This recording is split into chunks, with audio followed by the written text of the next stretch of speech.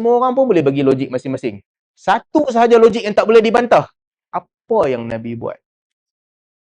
Jadi, dalam pada menghidupkan budaya ini, satu perkara yang penting untuk kita lihat adalah Nabi buat macam mana.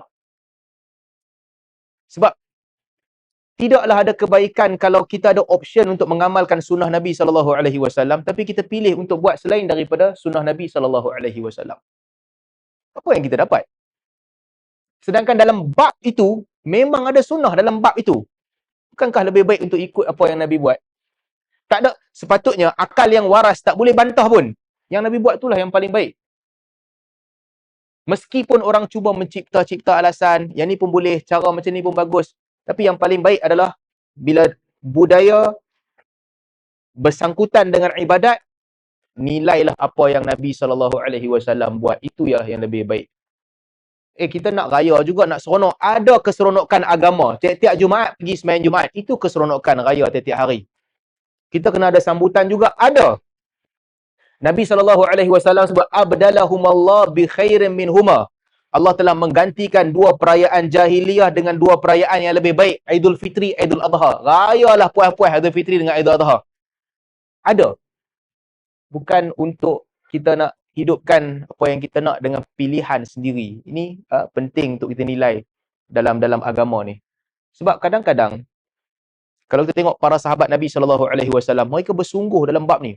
Tekan. Antaranya hadis Abdullah bin Mas'ud radhiyallahu anhu. Dalam hadis riwayat daripada Abu Musa al-Ash'ari. Pernah satu ketika, Abu Musa al-Ash'ari, dia pergi ke masjid, dia nampak benda yang dia tak pernah tengok sebelum tu. Baru. Pattern baru. Apa pattern baru? Ada satu tekong dengan satu kumpulan orang keliling dia. Ada banyak kumpulan. Tekong tu akan kata, Hallilu miyah. Ucaplah tahlil 100 kali. Ramai-ramai akan pegang batu yang mereka susun. La ilaha illallah, la ilaha illallah, la ilaha illallah, la ilaha illallah, la ilaha illallah, la ilaha illallah. Jalan-jalan satu batu tu sampai cukup 100 batu. Nak kira 100 kalilah, cukup 100 batu. Tekong tu akan kata, kabbiru miyah. Ucaplah takbir 100 kali. Allahu akbar, Allahu akbar, Allahu akbar, Allahu akbar. Tolaklah batu-batu, tolak sampai 100. Siap. Kemudian sabbihu miyah. Ucaplah tasbih 100 kali. Mereka akan tolak batu tu. Subhanallah, subhanallah, subhanallah, subhanallah. Tolak ke tepi.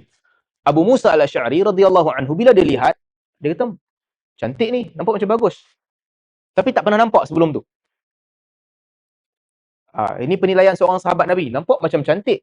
Cuma satu je isu. Aku tak pernah nampak pula orang buat macam ni sebelum ni.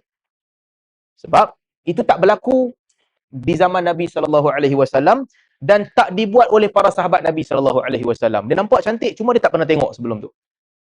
Apa yang dia buat? Dia pergi tanya kepada Abdullah bin Mas'ud. Abdullah bin Mas'ud ni dia lebih berilmu daripada Abu Musa al-Ash'ari lah. Dia ahli ilmu di kalangan sahabat. Dia pergi ke rumah Abdullah bin Mas'ud. Tanya. Ada sahabat yang riwayatkan dia tengah duduk ramai dengan Abdullah bin Mas'ud. Tiba-tiba Abu Musa al-Ash'ari datang, tanya soalan. Nak tanya soalan. Ada benda baru yang berlaku di masjid, tapi aku tak pernah nampak sebelum ni. Cuma aku nampak macam elok. Abdullah bin Mas'ud tanya kepada Abu Musa al-Ash'ari, apa yang tengok? Dia kata dia buat kumpulan kecil-kecil banyak-banyak ni, ada satu tekong, dia akan kata sabbihu miyah, tasbihlah 100 kali, tahlillah 100 kali, dan juga takbirlah 100 kali. Semua ramai-ramai ni semua ada pattern yang sama, daripada batu 100 biji. Tolak sampai habis. Satu kumpulan yang ramai. Abdullah bin Mas'ud kata, tunjuk kat aku. Aku nak pergi tengok. Kemudian Abu Musa al-Sy'ari kata, kalau umur hang panjang, hang jalan sampai ke masjid, kita boleh tengok. Kata Abdullah bin Mas'ud, afala amartahum an ya'uddu sayyi'atihim wa dhamanta lahum alla yadhi'a min hasanatihim. Bila hang tengok tu, pasal apa hang tak pesan dekat depa, suruh depa fikira dosa-dosa mereka. Dan juga bagi jaminan kepada mereka supaya jangan hancurkan amalan kebaikan mereka. Dia marah. Abu Musa al-Ash'ari kata, aku nak kata apa? Aku nampak macam elok. Tak ada apa-apa pun, zikir je. Abdullah bin Mas'ud kata, aku nak pergi tengok, bawa aku. Dia pergi ke majlis tu. Kemudian dia tengok orang duk zikir. Kata Abdullah bin Mas'ud, bila dia tengok mereka duk zikir, ma hadha alladhi arakum tasna'una. Dia panggil mereka, dia masuk masjid, dia tanya, apa yang kau tengah buat ni? Kata, kami zikir. Kami ada batu, senang nak kira 100 kali. Ada seorang tekong, nak bagi suara sama bunyi macam sedap, dia suruh takbir 100 kali, kami pun takbir 100 kali. Kata Abdullah bin Mas'ud, fa'uddu sayyi'atikum. Kiralah dosa-dosa kamu. Fa'ana dhamin alla yadhi'a min hasanatikum syai'un. Dan aku beri jaminan kepada kamu, supaya janganlah kamu menghancurkan sedikit pun daripada amalan kamu. Waihakum ya umat Muhammad. Celakalah kamu wahai umat Muhammad. Ma asra'a halakatahum. Ataupun ma asra'a halakatakum. Sangat cepat kehancuran kamu. Haula'i sahabatu nabiyyikum sallallahu alaihi wasallam mutawafirun. Lihatlah, para sahabat Nabi kamu masih lagi berada di mana-mana. Penuh berada di mana-mana. Wa hadhihi thiyabahu lam tabla.